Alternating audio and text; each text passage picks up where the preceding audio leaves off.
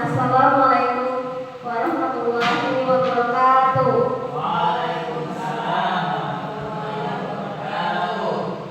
Ya, terhormat Ibu Kepala SMK Negeri 1 Negusum atau yang mewakili, yang saya hormati Bapak Ibu Dewan Guru yang sudah meluangkan waktunya untuk datang ke tempat ini. Pertama-tama marilah kita panjatkan puji dan syukur kehadiran Allah Subhanahu wa taala karena atas rahmat dan hidayah kita dapat berkumpul pada kegiatan diseminasi aksi nyata modul 1.4 budaya positif pada hari ini. Tak lupa salawat serta salam marilah kita haturkan kepada junjungan kita Nabi besar Muhammad Sallallahu Alaihi Wasallam beserta para pengikut beliau hingga akhir zaman. Sebelumnya, ulun mengucapkan terima kasih kepada Bapak dan Ibu sudah berkenan menyaksikan diseminasi aksi nyata saya yang sudah saya pelajari di pendidikan guru tunggal ini. Jadi hari ini saya akan membagikan aksi nyata modul 1.4 tentang budaya positif. Sebelumnya, perkenalkan nama saya Lisa Yulita, calon guru penggerak angkatan 11 SMK Negeri 1 Tanjung Kabupaten Tanah Laut. Budaya positif. Budaya positif itu seorang guru yang baik harus memiliki kemampuan dalam mewujudkan budaya positif di sekolah. Budaya positif tersebut dapat dijalankan dengan menerapkan konsep-konsep inti seperti yang pertama, disiplin positif, yang kedua, motivasi perilaku manusia, yang ketiga, keyakinan sekolah atau kelas, yang keempat, kebutuhan dasar manusia, yang kelima, posisi kontrol restitusi, yang keenam, segitiga restitusi. Jadi pada pertemuan kita kali ini akan ada konsep utama yang kita bahas. Yang pertama, perubahan paradigma belajar. Yang kedua, disiplin positif. Yang ketiga, nilai-nilai kebajikan. Yang keempat, motivasi perilaku manusia. Yang kelima, keyakinan kelas. Yang keenam, kebutuhan dasar manusia. Yang ketujuh, posisi kontrol restitusi. Yang kedelapan, segitiga restitusi. Kita bahas dulu yang pertama, perubahan paradigma belajar. Sebelumnya Bapak dan Ibu pernah mendengar pembelajaran yang berpusat pada guru. Ada yang pernah mendengar, Bu?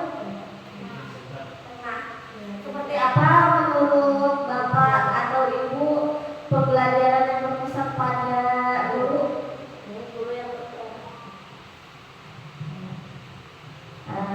Ini kalau ya pembelajaran berpusat pada guru itu guru yang aktif, artinya gurunya itu yang memberikan apa yang dia akan sesuai dengan tujuan belajar dan sebagainya. Gurunya yang aktif, bukan siswanya. Terima kasih Bu Imai. Menurut Bu Imai, pembelajaran yang berpusat pada guru itu gurunya yang lebih aktif. Nah, sekarang mari kita mengubah paradigma yang sebelumnya pembelajaran itu berfokus kepada guru. Sekarang pembelajaran itu berfokus kepada murid. Pembelajaran dengan paradigma yang baru ini merupakan pembelajaran yang dirancang berdasarkan prinsip pembelajaran berdiferensiasi, sehingga para peserta didik belajar sesuai kebutuhannya berdasarkan tahap perkembangan sesuai teori psikologi modern untuk mewujudkan profil pelajar Pancasila.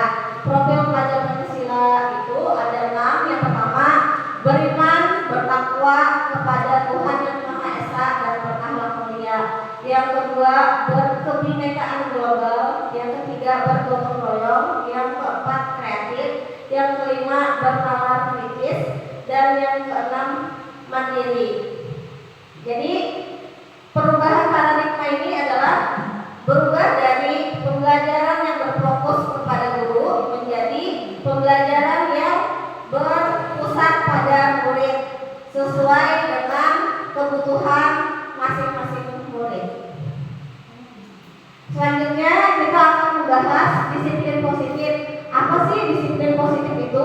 Disiplin itu berasal dari kata disiplina yang artinya belajar disiplin, mengacu pada disiplin diri yang memiliki tanggung jawab terhadap apa yang dilakukannya berdasarkan nilai-nilai yang diyakini. Jadi, disiplin positif itu merupakan salah satu cara penerapan disiplin yang bertujuan untuk menumbuhkan kesadaran serta memberdayakan peserta didik tanpa imbalan, penghargaan, reward, ancaman atau hukuman. Jadi kita sebagai pendidik, tujuan kita adalah menciptakan peserta didik yang memiliki disiplin diri sehingga mereka memiliki perilaku yang mengacu kepada nilai-nilai kebajikan universal dan memiliki motivasi intrinsik dalam perubahan perilaku ke arah yang lebih baik. Jadi harapannya disiplin positif ini nanti siswa kita memiliki motivasi intrinsik yang berasal dari dirinya sendiri. Nah, jadi menurut Ki Hajar Dewantara ataupun Diana Gosen mengartikan disiplin itu sebagai bentuk kontrol diri, yaitu belajar untuk mengontrol diri agar dapat mencapai suatu tujuan mulia. Tujuan mulia di sini adalah mengacu pada nilai-nilai atau prinsip-prinsip mulia yang dianut seseorang. Kita namakan nilai-nilai yang mulia tadi adalah nilai-nilai kebajikan, virtus yang universal. Nah, jadi nilai-nilai kebajikan itu apa sih? Nilai-nilai kebajikan itu adalah nilai-nilai atau sifat-sifat positif manusia yang merupakan tujuan mulia yang ingin dicapai setiap individu. Nilai-nilai kebajikan universal berarti nilai-nilai kebajikan yang disepakati bersama terlepas dari suku bangsa, agama, bahasa maupun latar belakangnya. Nilai-nilai ini merupakan payung besar dari sikap dan perilaku kita. Atau nilai-nilai ini yang merupakan fondasi kita dalam berperilaku. Contohnya tadi sudah ada nilai-nilai kebajikan yang berasal dari profil pelajar Pancasila, yaitu adalah tadi beriman dan bertakwa kepada Tuhan Yang Maha Esa dan berakhlak mulia, berkebinekaan global, gotong royong, mandiri, kreatif dan bernalar kritis. Selain itu ada juga nilai-nilai kebajikan yang lain. The Virtus Project. Yang pertama ada peduli,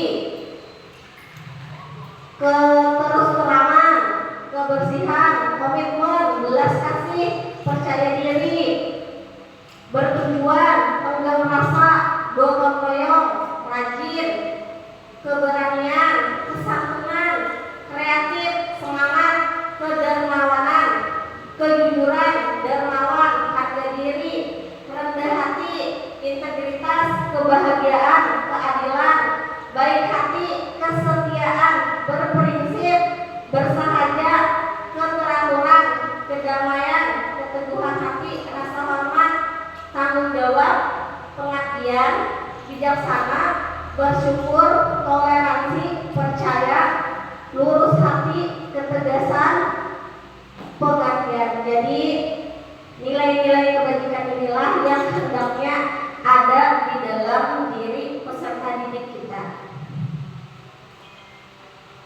Selanjutnya, motivasi perilaku manusia. Motivasi itu adalah dorongan yang timbul pada diri seseorang secara sadar atau tidak sadar untuk melakukan suatu tindakan dengan tujuan tertentu. Jadi motivasi itu adalah dorongan yang timbul pada diri seseorang.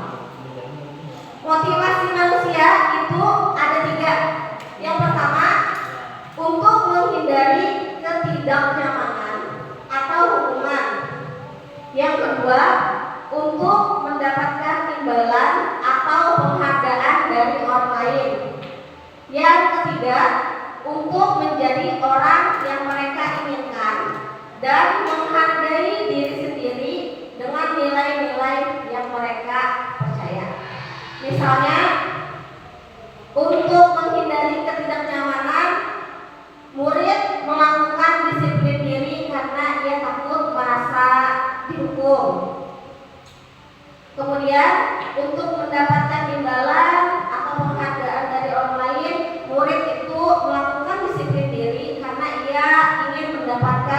imbalan atau penghargaan dari orang lain. Nah, dua motivasi ini untuk menghindari ketidaknyamanan atau hukuman dan untuk mendapatkan imbalan atau penghargaan dari orang lain itu merupakan motivasi ekstrinsik yang berasal dari luar. Kemudian untuk motivasi yang ketiga yaitu untuk menjadi orang yang mereka inginkan dan menghargai diri sendiri dengan nilai-nilai yang mereka percaya.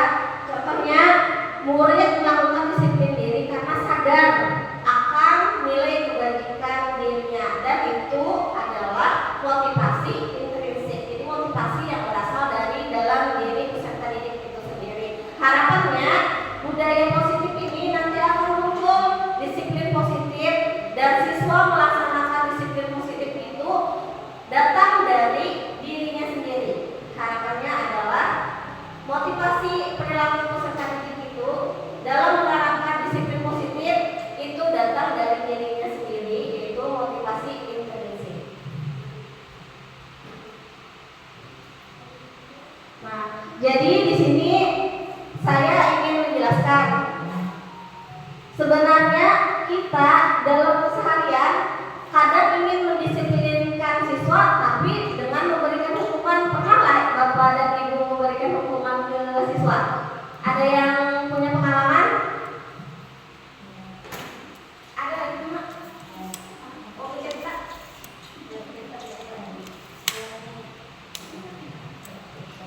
Niatnya baik. Niatnya baik. Niatnya pasti baik supaya siswa tidak melakukan kesalahan lagi. Jadi biasanya misalnya dihukum di depan kelas itu ya kemarin kita dulu kenapa dia bisa terlambat. Nah setelah itu mungkin biasanya sampah di dalam kelas atau sekitar lingkungan gitu ya. Tapi masih hukumannya diulang lagi tapi berkurang. Misalnya dari 7 jadi 6.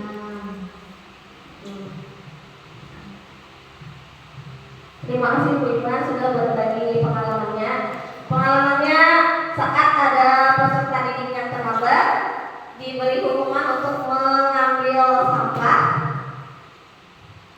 Nah, selain itu cara kita untuk mendisiplinkan bukan hanya dengan memberikan hukuman.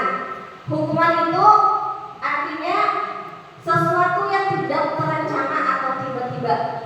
Kemudian anak pun atau murid tidak tahu apa yang akan terjadi karena dia tidak dilibatkan dalam pengambilan keputusan hukuman tersebut.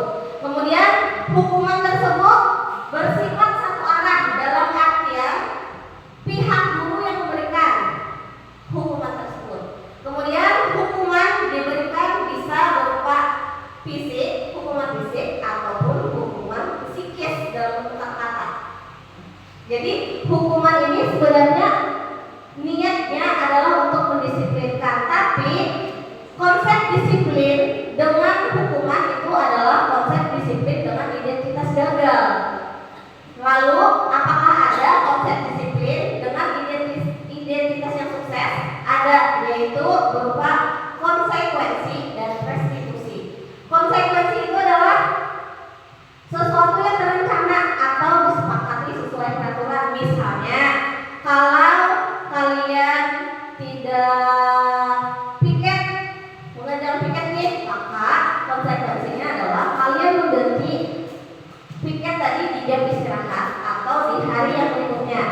Jadi ada kesepakatan atau sudah terencana sesuai peraturan. Kemudian murid tetap dibuat tidak nyaman walaupun tidak diberikan hukuman secara fisik ataupun psikis, tapi murid tetap tidak nyaman dengan adanya konsekuensi tersebut karena tetap harus melakukan setiap tindakan berarti ada konsekuensinya.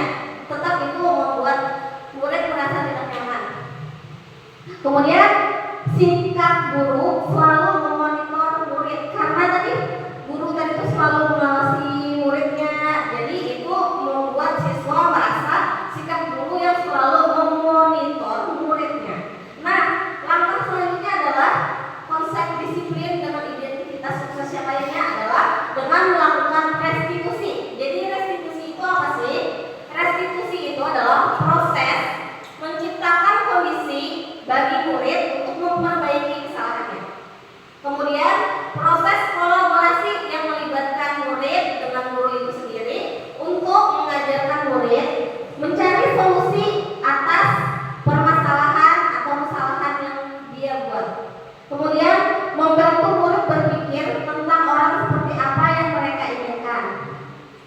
bagaimana mereka harus memperlakukan orang lain. Nah, di sini ulun minta pendapat Bapak dan Ibu untuk menentukan apakah tindakan guru ini termasuk hukuman atau konsekuensi.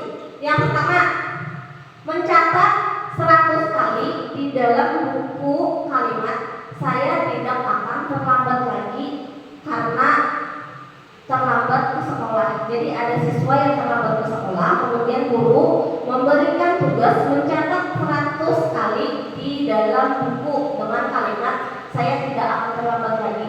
Menurut Bapak dan Ibu, ini termasuk hukuman atau konsekuensi? Hukuman. Iya. Kenapa jadi hukuman itu? Oh ya, karena tindakan ini adalah sesuatu tindakan yang tidak terencana.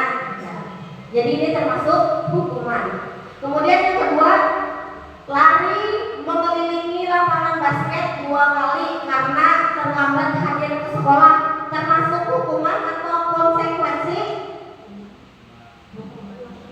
Hukuman. Ya, termasuk hukuman. Kemudian yang ketiga, membersihkan coretan yang dibuat di meja tulis. Jadi ada anak atau murid yang menulis-nulis di meja. Kemudian kita sebagai guru memerintahkan murid tersebut membersihkan coretan yang dibuatnya di meja tulis. Itu termasuk hukuman atau konsekuensi? Konsekuensi. Ya. Kemudian murid diminta untuk push up 15 kali karena tidak menggunakan masker ke sekolah sewaktu Covid, termasuk hukuman atau konsekuensi? Push up iya, hukuman. Kemudian menggantikan kertas tugas teman yang telah dicoret-coret. Jadi ada murid yang mencoret-coret kertas temannya, kemudian disuruh ganti, konsekuensi. Ya. Selanjutnya lagi, duduk di bangku di pinggir lapangan pada jam istirahat,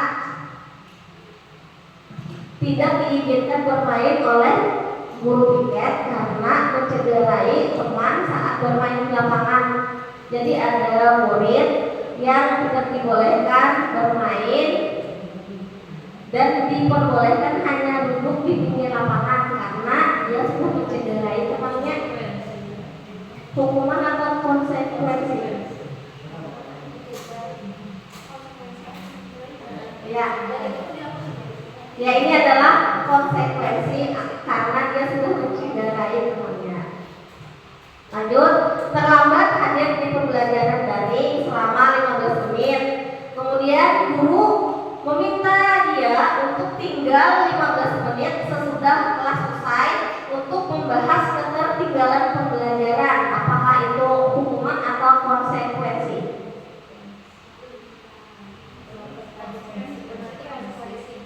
Ya, konsekuensi.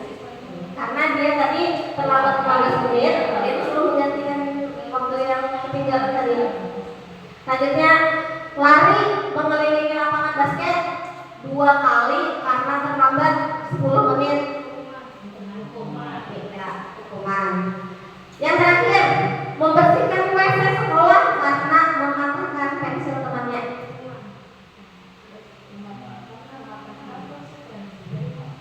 Membersihkan WC sekolah.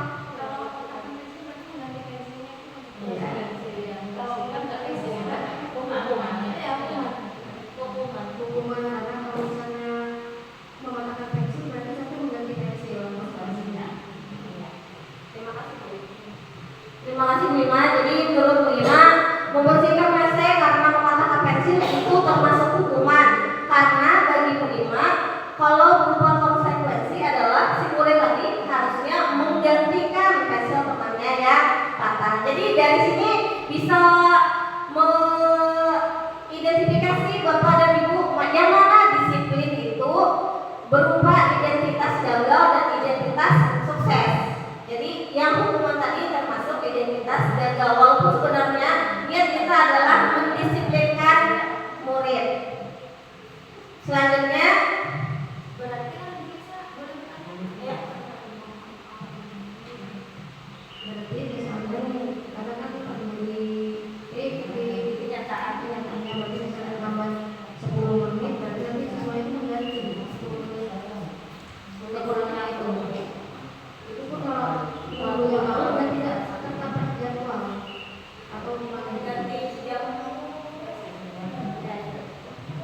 Jadi ada pertanyaan dari Ibu Imama, bagaimana kalau murid terlambat masuk ke dalam kelas, apakah harus mengganti jam ketertinggalannya tadi? Ya, konsekuensinya adalah harus mengganti ketertinggalannya tadi. Tapi kalau ada pelajaran selanjutnya dalam mata pelajaran yang lain, otomatis menggantinya di lain kesempatan, mungkin di waktu jam istirahat, jam ketinggalan tadi, atau setelah pulang sekolah. Tergantung kesepakatan antara guru dengan murid. Karena kan tadi kalau hukuman itu tidak melibatkan murid, kalau konsekuensi itu melibatkan guru dan juga murid terhadap peraturan yang sudah dibuat. Walaupun kekurangannya adalah konsekuensi masih menimbulkan rasa tidak nyaman bagi murid. Nah, jadi solusinya adalah kita melakukan restitusi.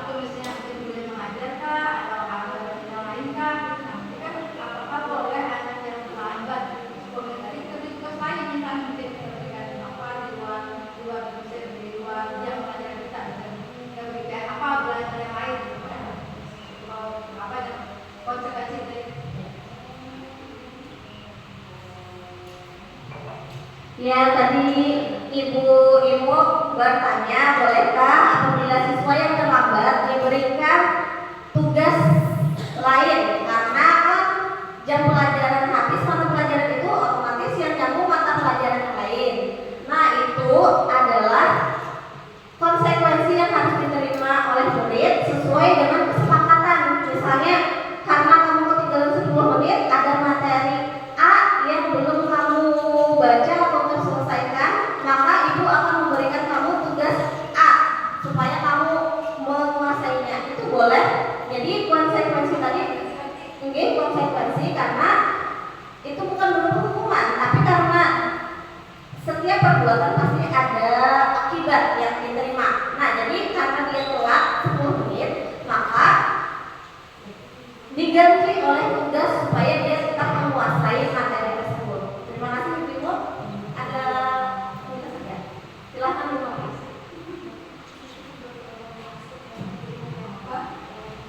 Ya, kalau menurut saya ya, apakah itu kita menerima atau konsekuensi itu harus ada kesepakatan kelas dulu. Dari awal ada kesepakatan kelas di mana antara guru sama siswa atau siswinya itu apabila terjadi sesuatu hal yang tidak diinginkan dalam hal pembelajaran ini, ada yang harus dibayar. Apabila terjadi kesalahan, misalnya apabila dia tidak mengerjakan sesuatu, maka dia harus apa gitu. Jadi antara dia dan gurunya itu apa ya, ada kesepakatan yang harus dijaga sehingga dia punya tanggung jawab untuk menjaga kesepakatan itu.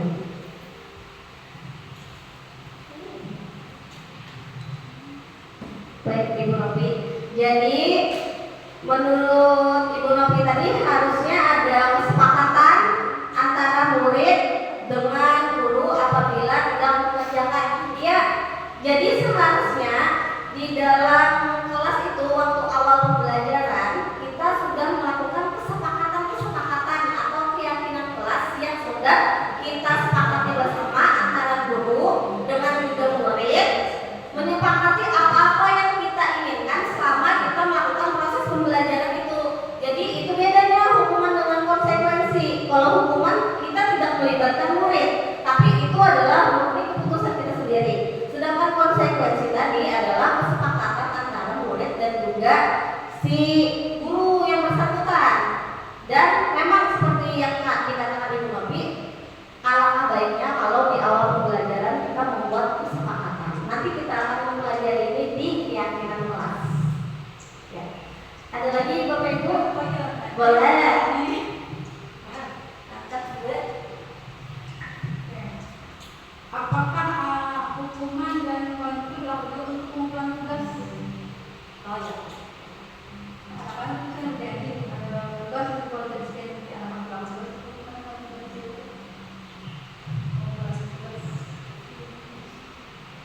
Ya, jadi konsekuensi atau hukuman ini Pian mau ngambil konsekuensi atau hukuman terhadap pengumpulan tugas? Enggak, ini maksudnya berlaku hukuman. Apakah pengumpulan tugas itu adalah pengumpulan tugas dengan batas waktu atau pemangkuan atau konsekuensi? Mengerjakan tugas sesuai dengan waktu yang diberikan oleh guru, apakah itu berupa hukuman atau konsekuensi? Itu adalah konsekuensi. Misalnya kita mata pelajaran kita ada 2 jam pelajaran, kemudian ada tugas yang harus kita berikan kepada siswa, tapi kan kita omongin dulu, ini waktu pengerjaannya adalah sekian menit. Berarti peserta didik itu memahami dan mengetahui berapa waktu yang disediakan untuk mengerjakan tugas tersebut. Itu bukanlah suatu hukuman karena kita sudah memberitahu kepada peserta didik. Ya, jadi itu termasuk konsekuensi. Terima kasih Bu Ibu. Biasanya kalau kita ngajar tuh bagi LKPD ini waktu pengerjaannya sekian. Kalau tidak selesai di jam tersebut, mungkin dijadikan PR atau tugas proyek, maka batas waktu pun akan kita sampaikan kepada peserta didik kita. Itu kan di jam pelajaran. Kalau misalnya kita ada PR tugas lain. Iya tadi kalau ada PR, otomatis kan kita bilang ini silakan kerjakan di rumah, waktunya dikumpul 1 minggu kemudian atau 1 hari kemudian, pasti kita sebagai guru akan memberitahu kepada murid batas waktu pengerjaannya. Itu masuk kategori konsekuensi. Iya. Terima kasih Bu Ibu. Selanjutnya Bapak dan Ibu, kita akan membahas tentang konsep disiplin pendekatan restitusi. Ya, jadi ada 3 kan tadi pendekatan dari konsep disiplin. Yang pertama tadi ada hukuman, tapi itu adalah identitas gagal. Kemudian identitas suksesnya adalah konsekuensi dan restitusi. Namun konsekuensi itu tetap menimbulkan perasaan yang tidak nyaman bagi peserta didik. Jadi dengan inilah konsep disiplin pendekatan restitusi itu adalah sebuah cara menanamkan disiplin positif pada murid. Pengertian restitusi itu adalah proses menciptakan kondisi bagi murid untuk memperbaiki kesalahan mereka, sehingga mereka bisa kembali pada kelompok mereka dengan karakter yang lebih kuat menurut Gosen 2004. Kemudian restitusi juga adalah proses kolaborasi yang mengajarkan murid untuk mencari solusi untuk masalah dan membantu murid berpikir tentang orang seperti apa yang mereka inginkan dan bagaimana mereka harus memperlakukan orang lain menurut Chelsom Gosen tahun 1996. Jadi ciri-ciri restitusi itu yang pertama bukan menebus kesalahan. Kalau konsekuensi tadi kan menebus kesalahan. Kalau restitusi itu bukan menebus kesalahan, namun belajar dari kesalahan. Kemudian memperbaiki hubungan. Tawaran bukan paksaan.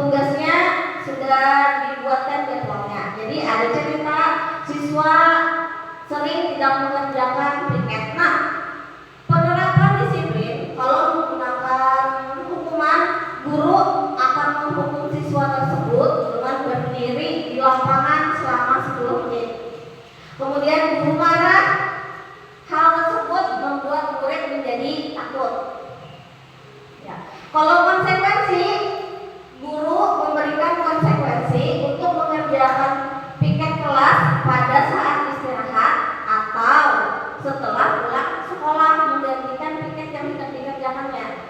Kemudian guru tegas dan menghormati peraturan. Yang ketiga, disiplin menggunakan restitusi. Itu adalah guru menanyakan keyakinan kelas. Nah, yang seperti dibicarakan oleh Ibu Novi tadi, adanya kesepakatan.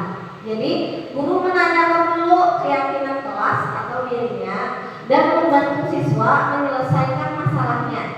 Guru secara terbuka dan siswa menghormati dirinya serta orang lain. Jadi dengan restitusi ini guru nanti menanyakan keyakinan kelas apa yang sudah dilanggar oleh siswa, gimana cara kamu untuk memperbaikinya supaya tidak terulang kembali. Selanjutnya,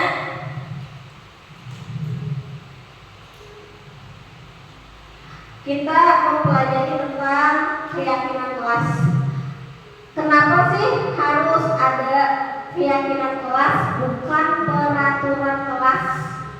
Ada yang bisa berpendapat lah, Bapak dan Ibu, kenapa keyakinan kelas bukan peraturan kelas? Ya, Bapak dan Ibu, kenapa? Karena keyakinan kelas itu melibatkan kesepakatan yang terjadi antara murid dan juga guru. Sedangkan peraturan kelas itu cenderung kadang dibuat oleh guru, jadi tidak melibatkan peserta didik. Makanya kenapa ada keyakinan kelas, supaya terbentuk kesepakatan antara murid dan juga guru untuk sama-sama menjalankannya. Nah, jadi Bapak dan Ibu, di sini saya akan menceritakan penerapan disiplin positif, ya budaya positif yang sudah saya lakukan di kelas, yaitu kegiatan membuat keyakinan kelas di kelas 10 akuntansi. Jadi pada kegiatan tersebut saya juga bersama dengan siswa membuat keyakinan kelas. Yang pertama, saya menanyakan terlebih dahulu kepada peserta didik, bagaimana sih lingkungan atau kondisi yang kalian inginkan supaya merasa nyaman selama kegiatan proses pembelajaran. Jadi kami melakukan diskusi terlebih dahulu kepada peserta didik. Kemudian saya meminta peserta didik untuk menuliskan peraturan yang akan dijadikan keyakinan dalam kelas berupa kalimat-kalimat negatif. Misalnya siswa itu mengatakan jangan membuang sampah sembarangan. Jadi dia menggunakan kata-kata yang negatif dulu. Jangan membuang sampah sembarangan. Ya. Jadi saya di situ menyuruh siswa untuk menuliskan apa-apa yang dia inginkan supaya kondisi pembelajaran itu terasa nyaman bagi mereka. Setelah mereka menuliskan, maka saya minta untuk menempelkan ke depan keyakinan dalam bentuk negatif tadi. Sesudah ditempel, kemudian dibahas keyakinan kelas yang dalam bentuk negatif tadi, dipilah yang mana yang akan dijadikan keyakinan kelas. Kalau sudah, kemudian keyakinan kelas yang berupa kalimat negatif tadi diubah menjadi kalimat positif. Misalnya tadi kan jangan membuang sampah sembarangan, dirubah menjadi kalimat positif, menjaga kebersihan, kayak gitu contohnya. Jadi dia mengubahkan kalimat-kalimat negatif yang sudah dia buat tadi menjadi kalimat positif. Dan kalau sudah ditulis, saya meminta mereka untuk menempelkannya kembali ke form keyakinan kelas dalam bentuk kalimat positif. Selanjutnya, setelah ditempel, kemudian kami melakukan kesepakatan lagi antara saya, gurunya, dan juga peserta didik. Lalu diperolehlah 6 keyakinan kelas yang sudah kami sepakati bersama. yaitu yang pertama saling menghargai dan menghormati. Yang kedua, berbuat jujur. Yang ketiga, menjaga kebersihan. Yang keempat, bertanggung jawab. Yang kelima, berbicara yang sopan. Dan yang keenam, disiplin. Jadi ini adalah keyakinan kelas yang sudah kami sepakati bersama di kelas 10 akuntansi. Saya mau bertanya, apakah Bapak dan Ibu waktu di awal pembelajaran sudah melakukan kesepakatan kelas? Belum. Nah, jadi dengan adanya ini nanti dibuat kesepakatan kelas yang Bapak dan Ibu dengan siswanya sama-sama menyepakati, supaya jadi kalau ada sesuatu maka akan diingatkan kembali siswanya keyakinan apa yang sudah kalian langgar. Jadi siswanya dengan sendirinya menyadari bahwa ada sesuatu tindakan yang dia lakukan yang menyalahi keyakinan yang sudah dibuat bersama. Selanjutnya kita membahas kebutuhan dasar manusia.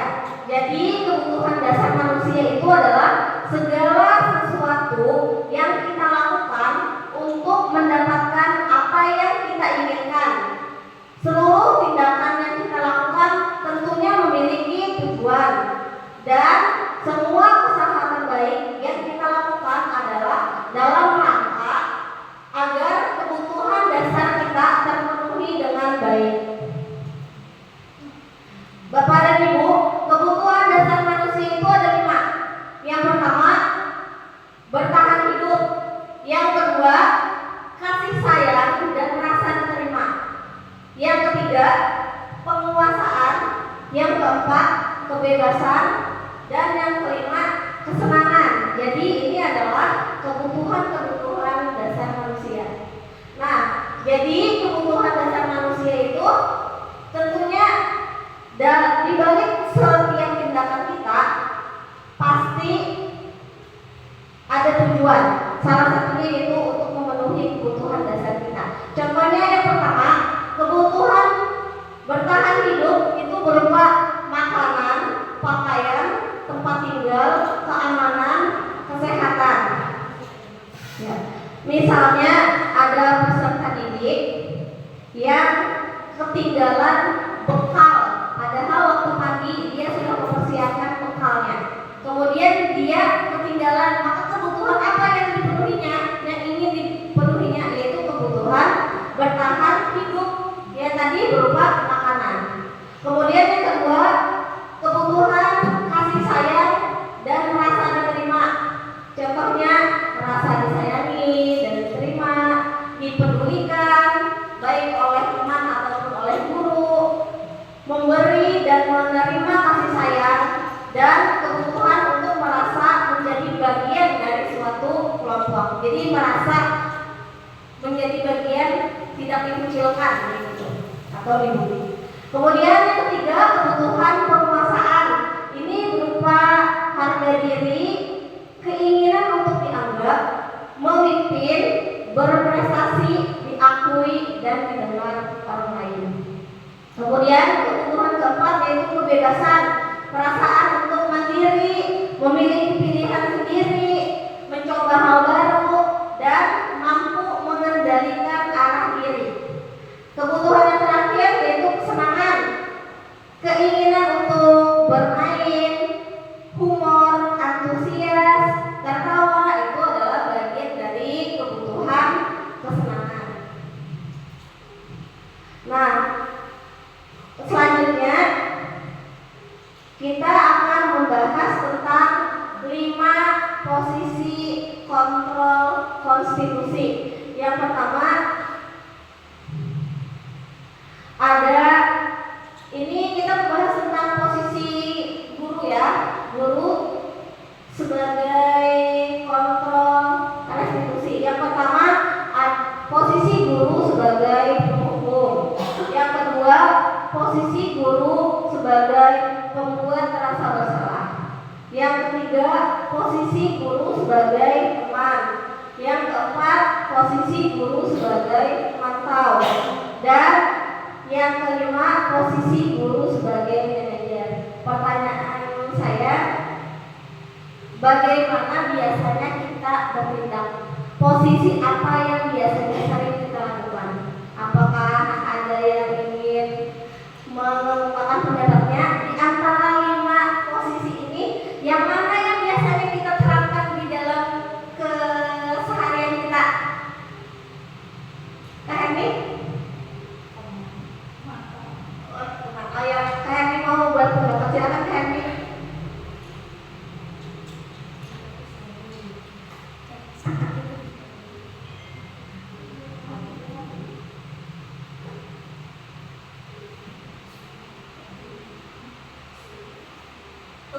Posisi yang biasa dia lakukan.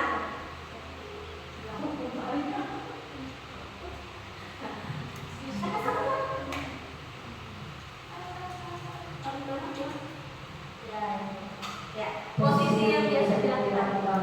Kalau guru terhadap siswa itu bisa jadi teman, pemantau, dan bisa juga penghukum.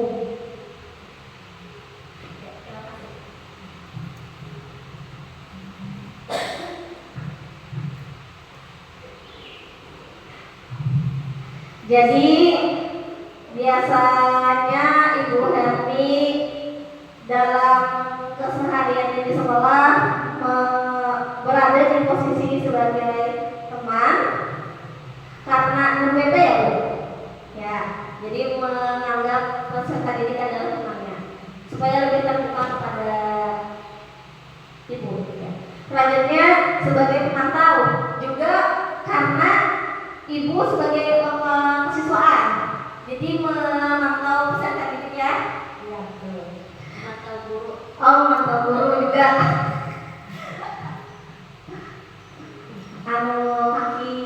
Tangan kanan kosong. Selanjutnya juga sebagai hukum karena melihat kelakuan peserta didik mungkin perasaannya muncul rasa marah terhadap peserta didik, lalu sebagai penghukum. Nah, di antara kelima posisi kontrol restitusi ini saya akan menjelaskan contoh penerapan 5 posisi kontrol. Misalnya ada kasus siswa tidak memakai atribut lengkap pada saat upacara bendera. Di 5 posisi kontrol ini, maka tindakan yang diambil guru bermacam-macam sesuai dengan posisi kontrolnya. Yang pertama, sebagai penghukum, maka guru memerintahkan siswa patuhi aturan sekolah, lalu menyuruh siswa berdiri di depan barisan. Kemudian posisi kontrol sebagai pembuat rasa bersalah, maka guru berkata, berapa kali sih ibu harus memberitahu kamu? Bu guru kecewa sama kamu. Jadi kayak ada nada peran yang berniat untuk membuat si siswa tersebut merasa bersalah. Selanjutnya posisi kontrol sebagai teman, maka guru akan berbicara, ayolah yang tertib, buat guru enggak. Kali ini tidak apa-apa kamu salah. Jadi kayak menganggap peserta didiknya adalah sebagai temannya sendiri. Selanjutnya yang sebagai pemantau, guru akan berkata, kamu sudah melanggar peraturan. Kamu sudah melanggar peraturan. Apa peraturan? Apa konsekuensi? Karena kamu melanggar peraturan tersebut. Jadi dia sebagai pemantau.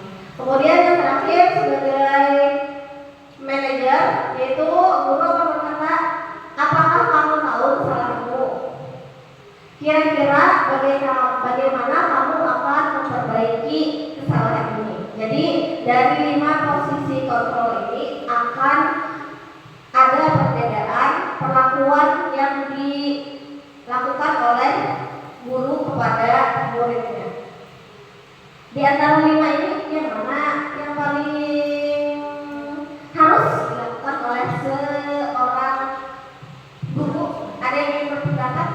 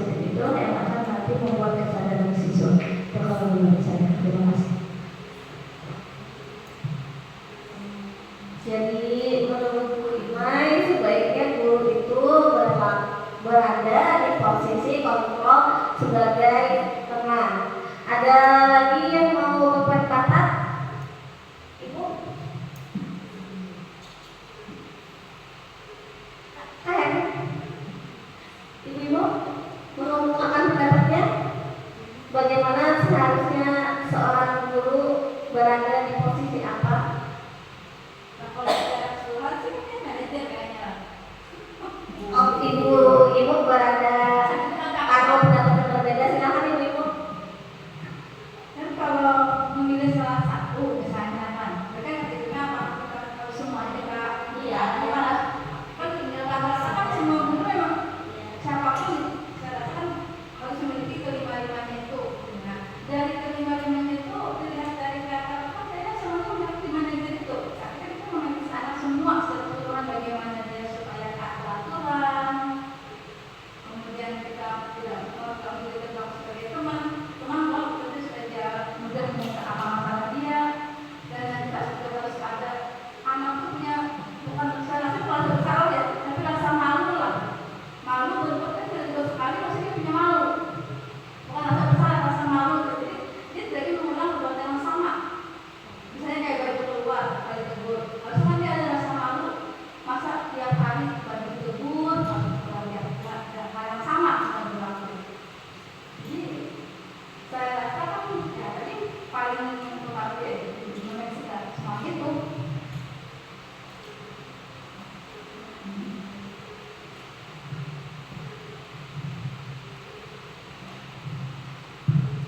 Ya, menurut Bu Imu, posisi guru itu sebaiknya berada di posisi kontrol sebagai manajer. Ya, tergantung kasusnya.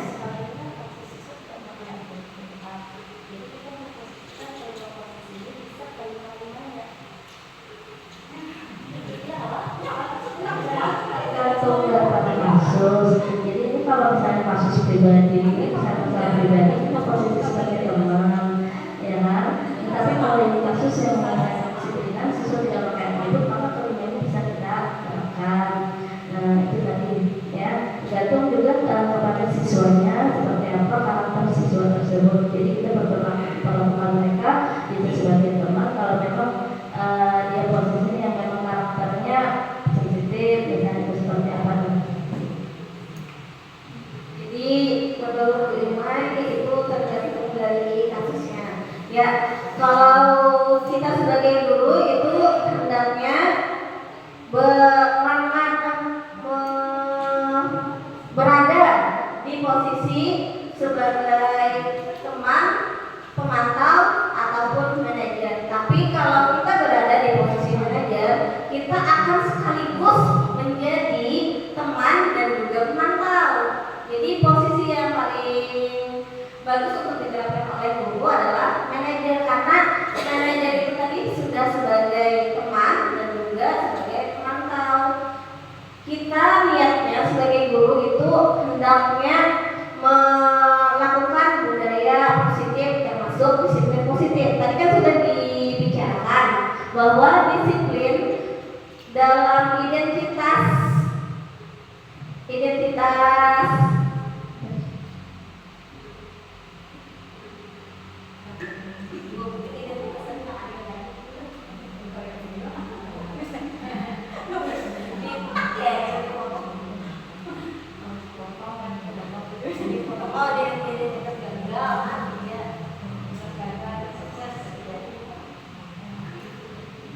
Nah, Bapak dan Ibu, dalam keseharian kita di sekolah, hendaknya kita sebagai peserta didik itu melakukan budaya positif. Salah satunya yaitu dengan menerapkan budaya positif, disiplin positif. Tadi kan disiplin positif ada dua, identitas gagal dan identitas sukses. Jadi hendaknya seorang guru itu menghindari memberikan hukuman kepada peserta didik. Bapak dan Ibu sekalian, selanjutnya kita akan membahas tentang posisi kontrol sebagai penghukum. Posisi kontrol sebagai penghukum, guru berperan sebagai penghukum yang akan menggunakan hukuman untuk mengontrol perilaku murid. Hukuman tersebut bisa diberikan dalam bentuk hukuman fisik ataupun verbal.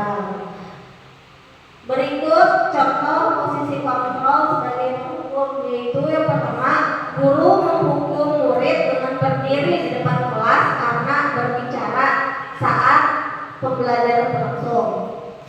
Yang kedua, guru memberikan nilai buruk kepada murid yang tidak mengikuti ulangan.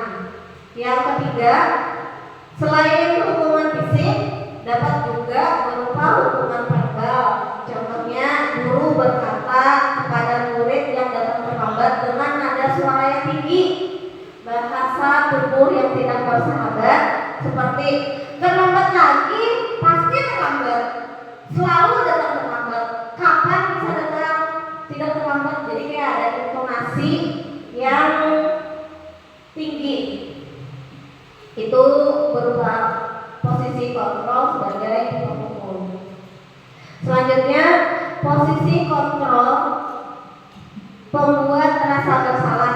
Jadi guru yang berperan sebagai pembuat rasa bersalah akan membuat muridnya merasa bersalah atas kesalahannya. Yang pertama, guru dapat melakukan hal ini dengan cara memberikan nasihat atau dengan membuat murid merenungkan kesalahannya. Sebagai contoh,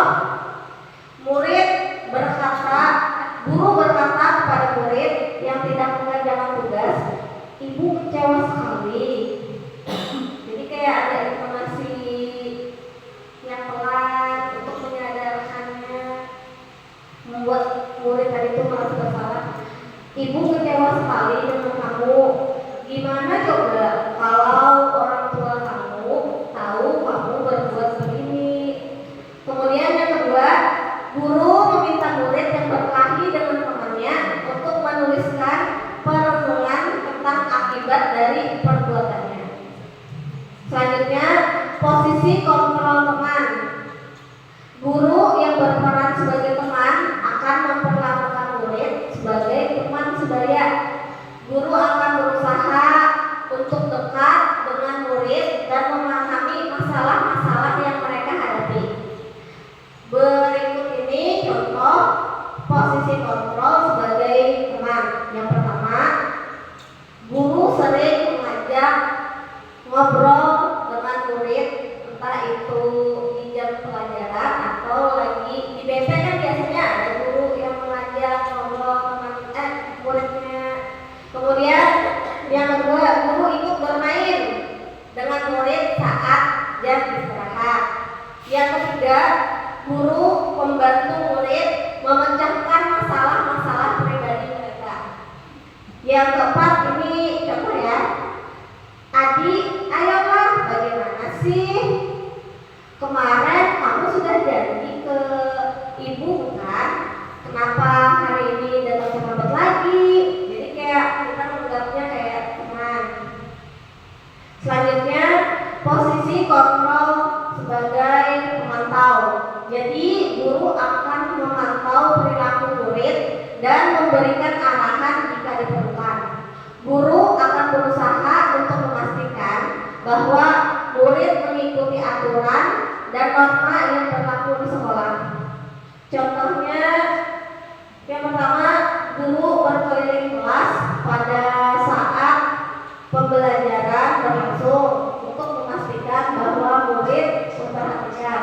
Yang kedua, guru menegur murid yang berbicara pada jam pelajaran.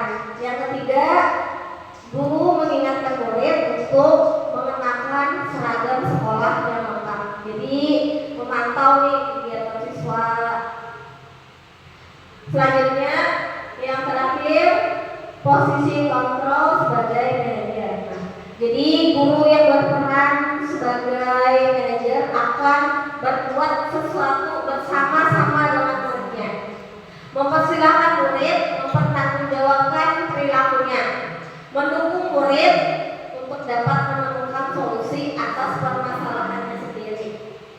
Contohnya, yang pertama, guru akan bersuara dengan tulus, tidak perlu marah, tidak perlu meninggikan suara, apalagi menunjuk-nunjuk jarinya ke murid, berkaca pinggang, atau bersikap seolah-olah misal tampak sedih sekali akan perbuatan murid ataupun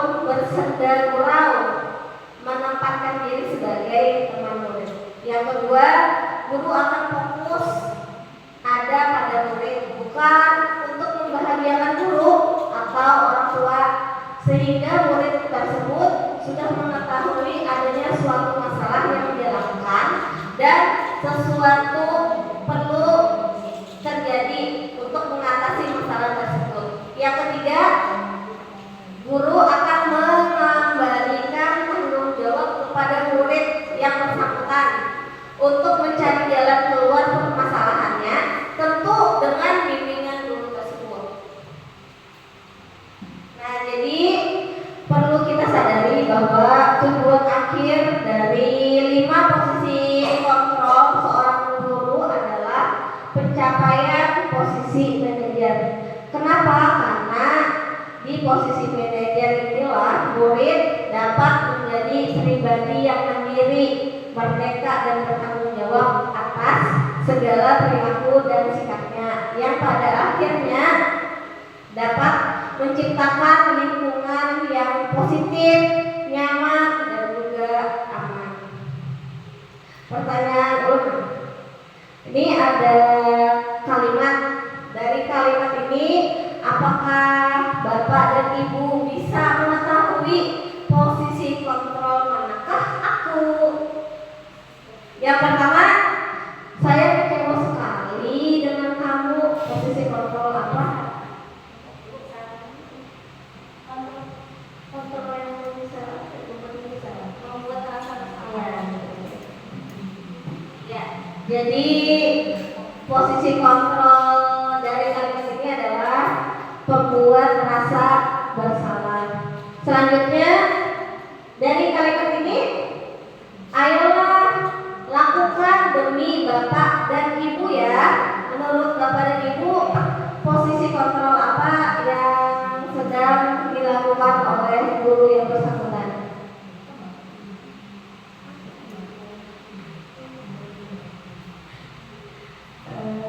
Posisi kontrol sebagai teman. Terima kasih Bu Ima. Bu Imai. Posisi kontrol sebagai teman. Selanjutnya, nah ini kayaknya Kak tahu nih. Kamu tidak mendapat nilai jika kamu tidak mengerjakannya. Jadi posisi kontrol apakah aku kalau berdasarkan kalimat ini? Ya. Tadi ada penghukum, pembuat rasa bersalah, teman, pemantau, manajer. Jadi berdasarkan kalimat ini, posisi kontrol apakah aku? Ada yang mau berpendapat? Mas Hasudin atau Pak Hermi, Bu Ika?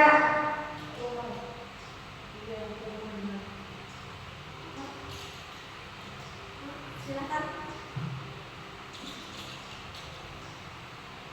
Kalau kamu tidak mendapat nilai jika kamu tidak mengerjakan, itu posisi kontrolnya itu penghukum. Hukuman. Penghukum. Ya, Penghukum. Ada lagi yang ingin berpendapat selain penghukum? Mas Hasudin? Manajer, kamu tidak mendapat nilai jika kamu tidak mengerjakan. Manajer, karena biasanya kebijakan manajer itu kalau tidak mengerjakan maka kamu tidak dapat semacam fee, semacam bonus gitu. Terima kasih.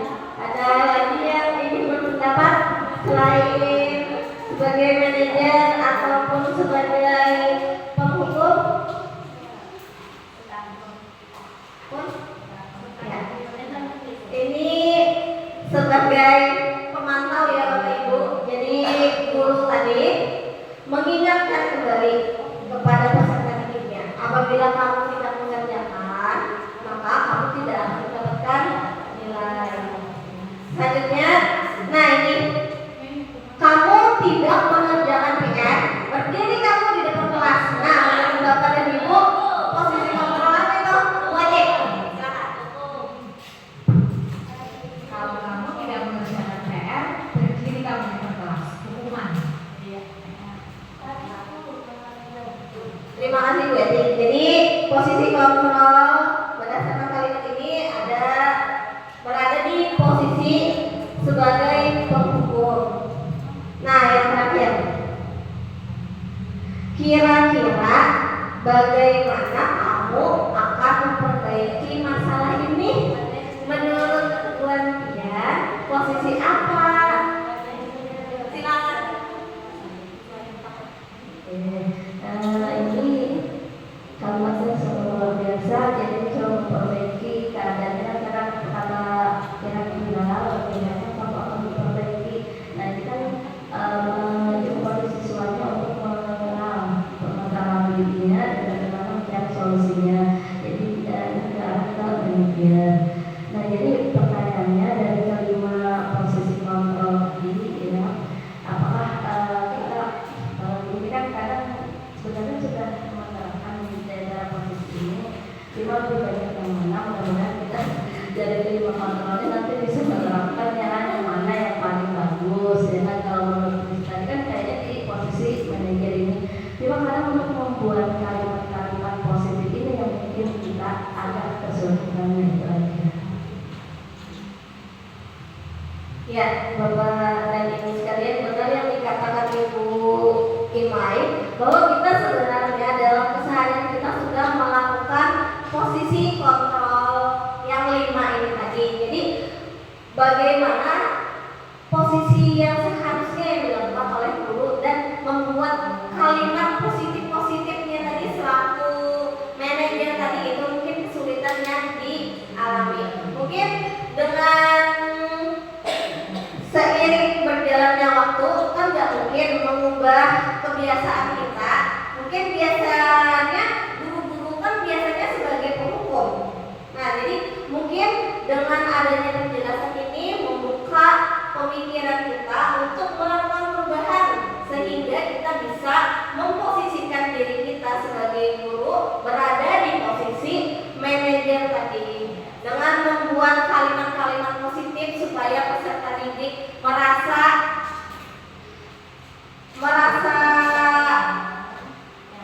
nyaman dan bisa menemukan solusi atas permasalahan yang dia hadapi. Selanjutnya di sini saya akan menjelaskan tentang segitiga restitusi. Jadi segitiga restitusi itu adalah suatu proses dialog. Jadi adanya dialog pembicaraan antara peserta didik dan juga guru yang bersangkutan yang dijalankan oleh guru agar dapat menghasilkan murid yang mandiri dan juga bertanggung jawab. Jadi ada 3 tahapan untuk menerapkan segitiga restitusi ini. Yang pertama, validasi. Yang pertama, menstabilkan identitas. Yang kedua, validasi tindakan yang salah. Dan yang ketiga, menanyakan keyakinan. Jadi ada 3 tahapan yang dilakukan untuk menerapkan segitiga restitusi. Nah, yang pertama itu menstabilkan identitas terlebih dahulu. Berdasarkan prinsip membuat kesalahan adalah bagian dari proses pembelajaran. Jadi kita tidak langsung menjudge kepada peserta didik, tapi kita memberikan prinsip bahwa melakukan kesalahan adalah bagian dari proses pembelajaran. Jadi guru itu akan berkata, "Maaf, berbuat salah itu wajar. Tidak ada manusia yang sempurna. Ibu dan bapak juga pernah melakukan kesalahan. Ibu dan bapak di sini tidak mau mencari siapa yang salah, tapi ibu dan bapak ingin mencari solusi dari permasalahan ini. Dan kamu berhak merasa begitu. Jadi kita mencoba menstabilkan identitas yang terlebih dahulu. Selanjutnya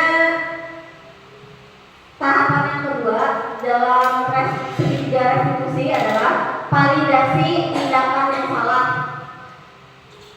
Berdasarkan prinsip setiap perilaku berupaya memenuhi suatu kebutuhan tertentu. Jadi kamu itu pasti ada tujuan.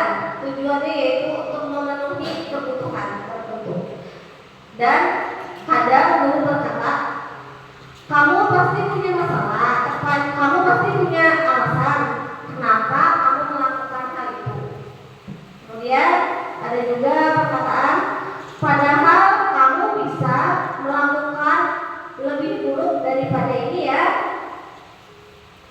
Dan kamu patut bangga karena telah melindungi sesuatu yang penting buat kamu. Ataupun guru berkata, kamu melakukan karena mempertahankan sesuatu yang penting bagi dirimu. Jadi ada validasi tindakan yang salah yang dilakukan oleh guru kenapa peserta didik melakukan kesalahan tersebut. Selanjutnya yang terakhir dalam segitiga restitusi adalah menanyakan keyakinan. Jadi di sini berdasarkan prinsip teori kontrol bahwa pada dasarnya kita itu termotivasi secara intrinsik. Jadi motivasi yang muncul di dalam diri kita sendiri. Nah, kemudian kita akan menanyakan kepada peserta didik, apa keyakinan kelas kita, nilai-nilai apa yang sudah kita sepakati bersama, seperti apa gambaran sebuah kelas yang ideal menurut kamu, dan kamu ingin menjadi orang seperti apa.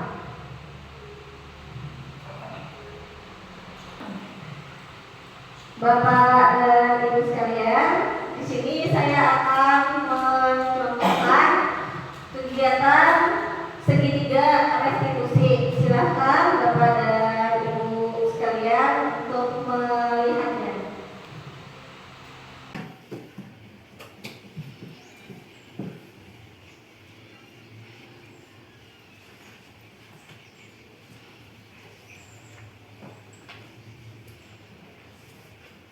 Selamat siang, Rapi.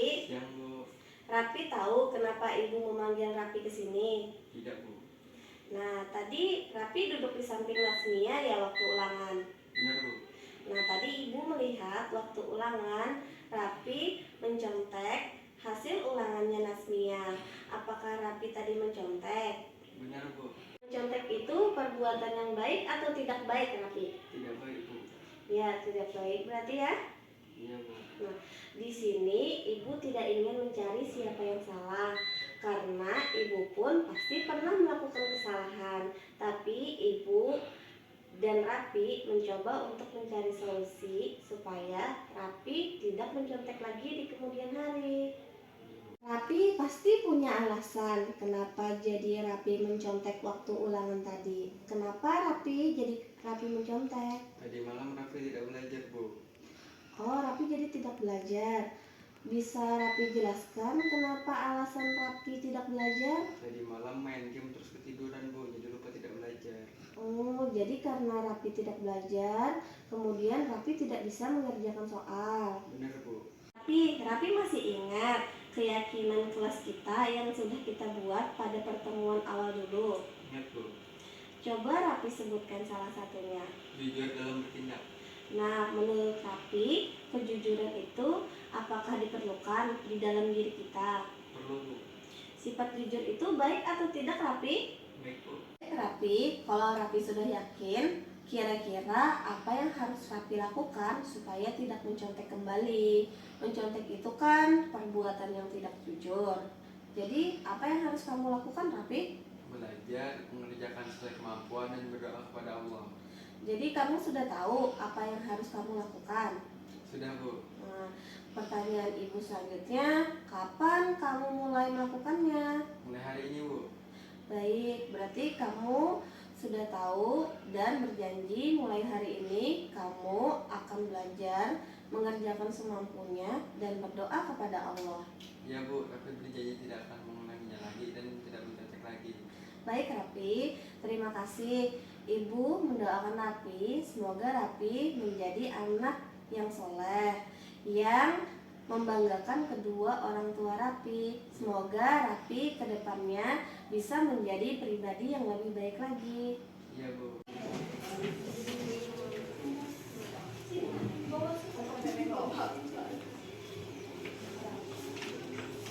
Nah, aku mengerjakan PR.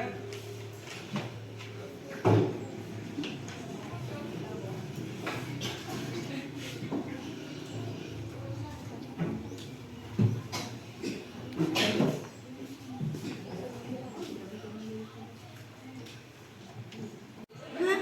Bukuku mana? Kamu lihat bukuku tidak? Tapi ini kan bukuku. Lihat bentar doang kok.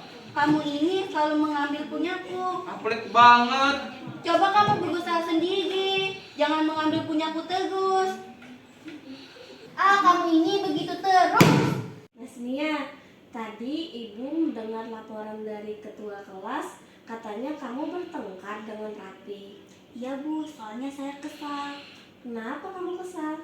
Tapi terus-terusan mencontek hasil pekerjaan saya. Bukan hanya PR saja, tapi tugas-tugas yang lain juga dia contek. Oh begitu. Jika ibu di posisi kamu, ibu juga pasti melakukan hal yang sama. Iya bu. Lalu apa yang kamu lakukan terhadap Rapi? Saya marah-marah ke Rapi, saya maki-maki Rapi. Tanpa saya sadari, saya sampai menggebrak meja. Oh, kamu pasti punya alasan kenapa kamu berbuat demikian. Ya bu, masa saya diam saja? Saya sudah susah payah mengerjakannya, tapi Rapi hanya mencontek dan tidak mau mengerjakannya sendiri. Ya, wajarlah kamu marah karena tidak rela pekerjaanmu dicontek begitu saja oleh Rapi. Ibu menghargai tindakanmu karena kamu tidak berbuat hal yang lebih buruk lagi, seperti memukul Rapi misalnya. Iya. Sekarang coba kamu pikirkan, tindakan kamu marah-marah sampai menggebrak meja tadi, apakah sudah sesuai dengan keyakinan kelas kita? Tidak bu. Menurut kamu, keyakinan kelas apa yang sudah kamu langgar? Saling menghormati antar teman. Menghormati antar teman itu apakah penting atau tidak untuk kita lakukan? Penting bu. Kalau menurut kamu penting, apa yang harus kamu lakukan saat kamu merasa marah? Harus lebih sabar bu. Nah, apakah kamu bersedia untuk memperbaiki masalah ini? Bersedia bu. Jika kamu bersedia, apa yang harus kamu lakukan untuk memperbaiki masalah ini, Nasmia? Saya akan lebih banyak bersabar dan menahan amarah.